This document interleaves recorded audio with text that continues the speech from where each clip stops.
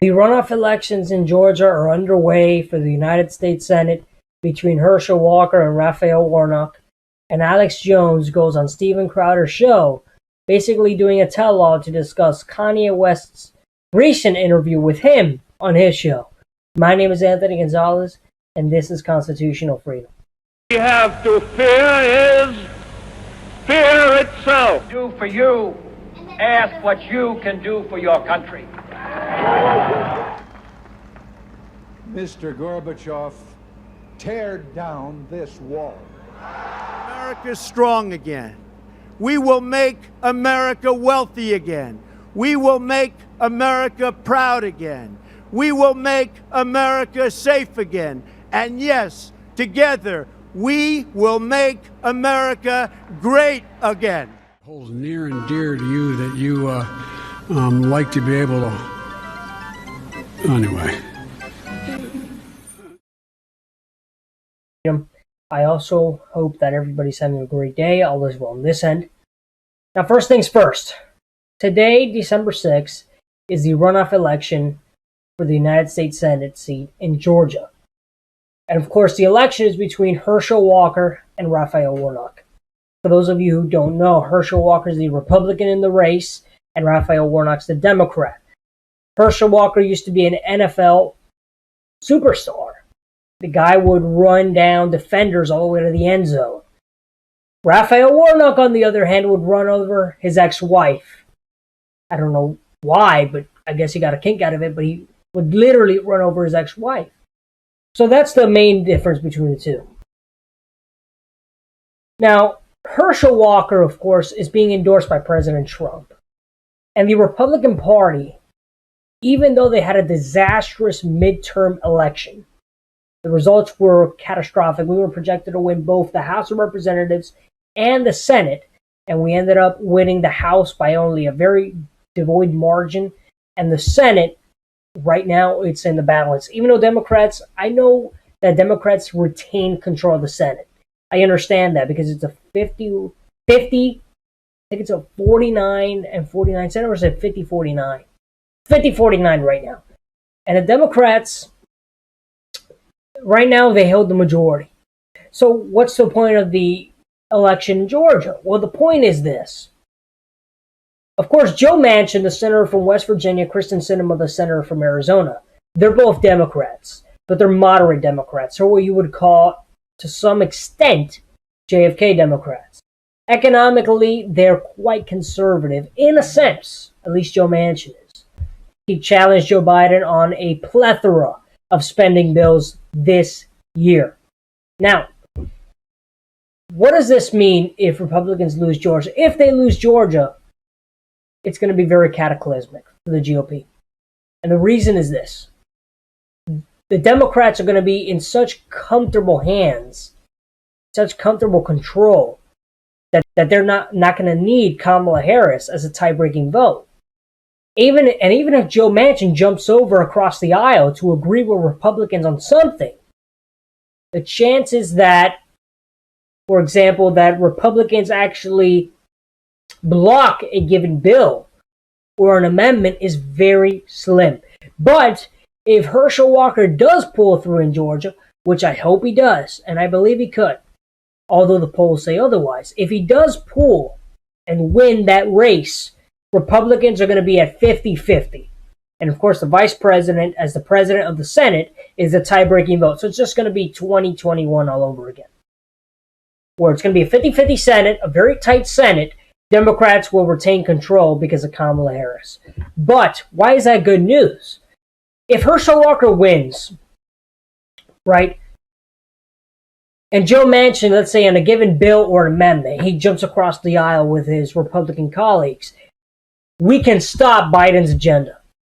It might happen once or twice, might not happen all the time, but it will happen, especially on bills that are affiliated with some sort of spending or economic priority. In that sense, if we lose Georgia, forget the Senate. But personally, I am very effervescent that Republicans took control of the House of Representatives, because that's where the spending occurs, in the House. And I understand the debate between Kevin McCarthy and if he should be speaker, or if Jim Banks should be speaker, or Jim Jordan. Look, I don't care.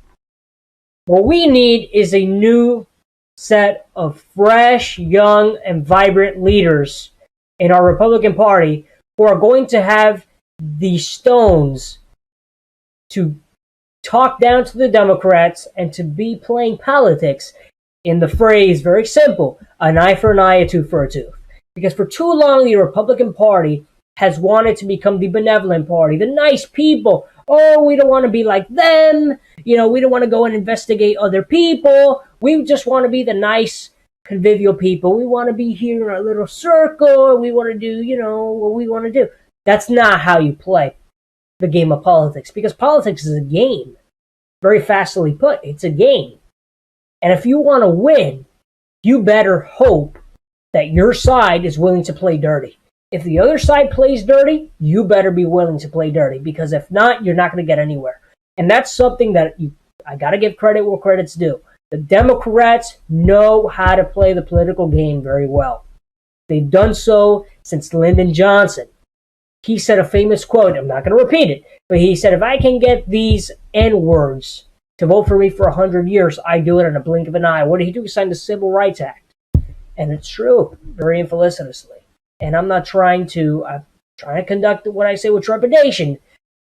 But Lyndon Johnson was a Democrat, and he knew how to play the political game very well. He was the type of person that you did not want to mess with, because he would say, if I don't get what I want, then I'll make sure you don't get in office. And he will do that to even people from Republican side of the aisle to Democratic side of the aisle.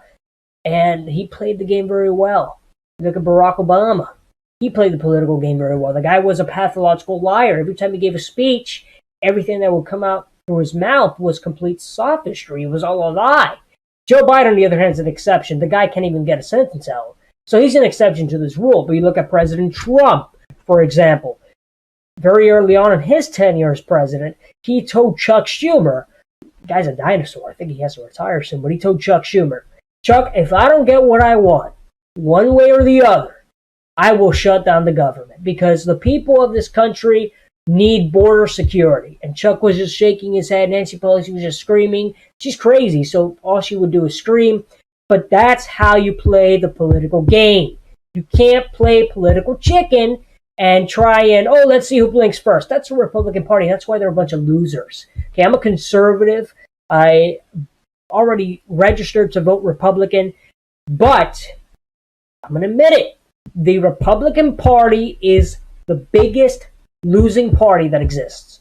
Why? Because they always want to be the magnanimous party. They want to be the party that, we're the honest people and we want to be nice. We don't want to do what they do. I thank God that Republicans took back the House of Representatives. And look, they want to impeach Joe Biden. Personally, I think it's a bad move. Why? Because the tool of impeachment was never intended as a political weaponization tool. It was intended as a means of trying to get rid of a president that is corrupt, unable to carry out his duties as president, or resigned or something like that. Now, in this case with Joe Biden, obviously he's unfit to be president of the United States. Everybody knows that. But would you rather have Joe Biden as president or somebody like Kamala Harris? Personally, I think I'd rather have Joe Biden as president. Why? Because Kamala Harris, although she's also not even there mentally, she has a little bit more moxie and a little bit more political, I guess you can call it political power, than Joe Biden. She's also a pathological liar. If you look at her story and how she got into politics, it's pretty gruesome, to say the least. And I read her story in a book, very great book by Peter Schweizer. It's called Profiles in Corruption. And I urge everybody, whenever you have a chance, check out that book, because it exposes the Democratic Party for who they really are. Now, the importance of the runoff election. I believe that Herschel Walker will pull through, because I believe that the people, if we look statistically speaking, when the election took place on November 8th, of course it went to a runoff. I think Herschel Walker had 48.4% of the votes, and Raphael Warnock had 49.5%. And of course, since no candidate got over 50% of the votes, it went to a runoff. Brian Kemp beat Stacey Abrams, the biggest election in iron history, very easily. And if we look at the numbers between Herschel Walker and Brian Kemp, a lot of people who voted for Brian Kemp said, I'm not going to vote in the Senate election, or voted for Raphael Warnock. That's a very frightening statistic. It should put everybody in angst, at least who's a Republican and who loves this country. Because the fact that people are voting for a Republican governor and don't vote in the Senate race is contradictory. Because it's almost as if it's almost like an oxymoron in many different ways. I really hope that the people of Georgia who voted for Brian Kemp, because if the people of Georgia who voted for Brian Kemp, every single one of them, or at least 95% of them, went out today and vote for Herschel Walker will easily beat Raphael Warnock. And I hope that's the case. Now, the polls say otherwise, but the polls are fake. And I believe we have the polls, and I'm going to go ahead and show them, and they're by 538. And these polls in 2016 had Hillary beating Trump by 20, 30, at times 50 points in politics. Who became president? Donald Trump. So let's take a look at the polling data here by 538. And as you can see, by Trafalgar Group, they have Warnock up +4. Data for Progress has Warnock up by 2. If we look, December 4th, which was yesterday, 2 days ago, Mitchell Research and Communications has Warnock up by 5 points. Landmark Communications has Warnock up by 6 points. Insider Advantage has Warnock up by 2 points. December 2nd, Patriot Polling has Warnock up by 2 points.